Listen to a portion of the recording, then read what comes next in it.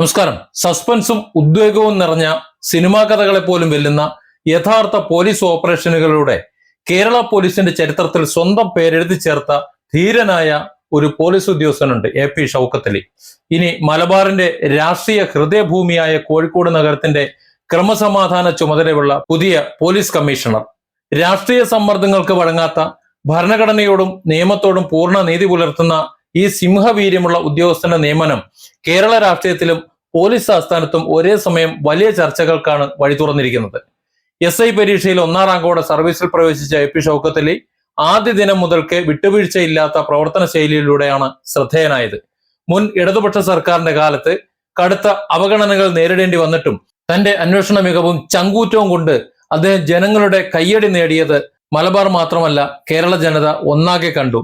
കേന്ദ്ര ആഭ്യന്തര മന്ത്രാലയത്തിന്റെ അന്വേഷണ മികവിനുള്ള പരമോന്നത പുരസ്കാരം വരെ നേടിയിട്ടുള്ള ഷൗക്കത്ത് അലിയുടെ കരിയറിലെ ഏറ്റവും നിർണായകവും സാഹസികവുമായിട്ടുള്ള അധ്യായം മലയാളികളുടെ മനസ്സിനെ നടുക്കിയ TP ചന്ദ്രശേഖരൻ വധക്കേസ് അന്വേഷണമായിരുന്നു.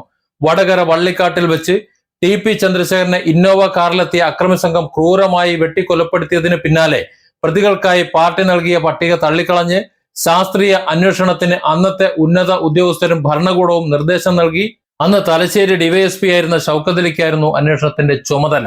കണ്ണൂരിലെയും കോഴിക്കോട്ടെയും ലക്ഷക്കണക്കിന് ഫോൺ കോളുകൾ കേന്ദ്രീകരിച്ച് നടത്തിയ അതിസങ്കീർണമായ അന്വേഷണത്തിനൊടുവിൽ പ്രതികൾ രാഷ്ട്രീയ കോട്ടയായിട്ടുള്ള മുടക്കോഴി മലയിൽ ഒളിച്ചിരിപ്പുണ്ട് എന്ന് അദ്ദേഹം കണ്ടെത്തി.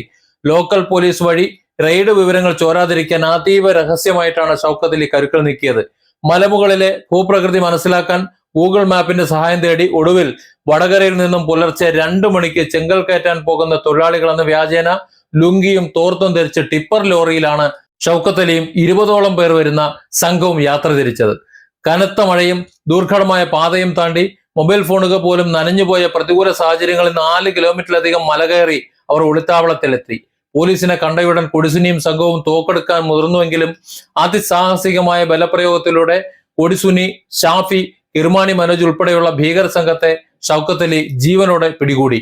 ഇതുമാത്രമല്ല, കേസിന്റെ ഗൂഢാലോചനയിൽ പങ്കുണ്ട് എന്ന് കണ്ടെത്തിയ അന്നത്തെ കോഴിക്കോട് CPM ജില്ലാ സെക്രട്ടറി P മോഹനനെ അറസ്റ്റ് ചെയ്യാൻ ധൈര്യമുണ്ടോ എന്ന രാഷ്ട്രീയ വെല്ലുവിളികൾക്ക് നടു റോഡിൽ വെച്ച് മോഹനന്റെ വണ്ടിക്ക് കുറുകെ സ്വന്തം പോലീസ് ജീപ്പിട്ട് അദ്ദേഹത്തെ അറസ്റ്റ് ചെയ്തുകൊണ്ടാണ് ഷൗക്കത്ത് അലി മറുപടി നൽകിയത്.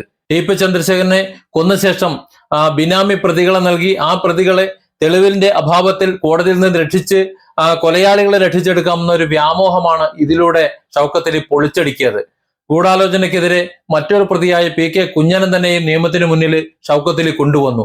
TP വധക്കേസിന് സമാനമായ മട്ടന്നൂരിൽ യൂത്ത് കോൺഗ്രസ് പ്രവർത്തകൻ ഷുഹൈബ് കൊല്ലപ്പെട്ട കേസിന്റെ അന്വേഷണത്തിലും ഷൗക്കത്ത് അലി തന്നെയായിരുന്നു. ഈ മികവ് ആ അന്വേഷണത്തിലും പ്രകടമായിരുന്നു. പിന്നീട് സംസ്ഥാന ഭരണകൂടത്തിന്റെ, പിണറായി ഭരണകൂടത്തിന്റെ കടുത്ത രാഷ്ട്രീയ വേട്ടയാടലുകളെ തുടർന്ന് അദ്ദേഹം ദേശീയ അന്വേഷണ ഏജൻസിയിലേക്ക് NIA മാറി.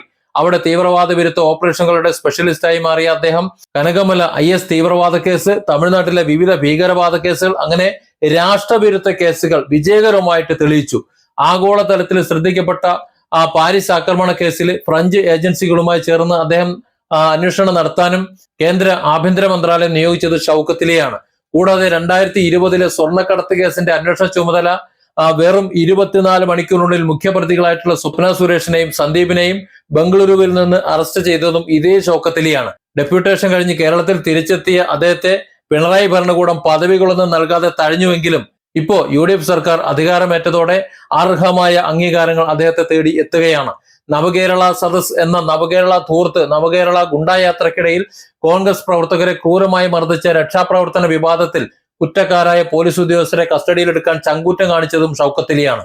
രാഷ്ട്രീയ അക്രമങ്ങൾക്കും ഗുണ്ടാ വിളയാട്ടങ്ങൾക്കും പലപ്പോഴും സാക്ഷ്യം വഹിക്കാറുള്ള കോഴിക്കോട് നഗരത്തിലേക്ക് CPM സ്ലീപ്പർ സെല്ലുകളുടെയും പാർട്ടി കോട്ടകളുടെയും ഭീഷണികളെ വകവയ്ക്കാതെ AP ഷൗക്കത്ത് അലി കമ്മീഷണറായി എത്തുമ്പോൾ അക്രമ രാഷ്ട്രീയത്തിന് കടുത്ത പ്രഹരമേൽക്കും എന്ന് ഉറപ്പാണ്. പോലീസിലെ ഈ സിംഹം കോഴിക്കോട് ചാർജ് എടുക്കുന്നതോടെ നഗരത്തിലെ ക്രമസമാധാന പാലനത്തിൽ ഇനി കളി മാറും എന്നതിൽ യാതൊരു സംശയവും വേണ്ട.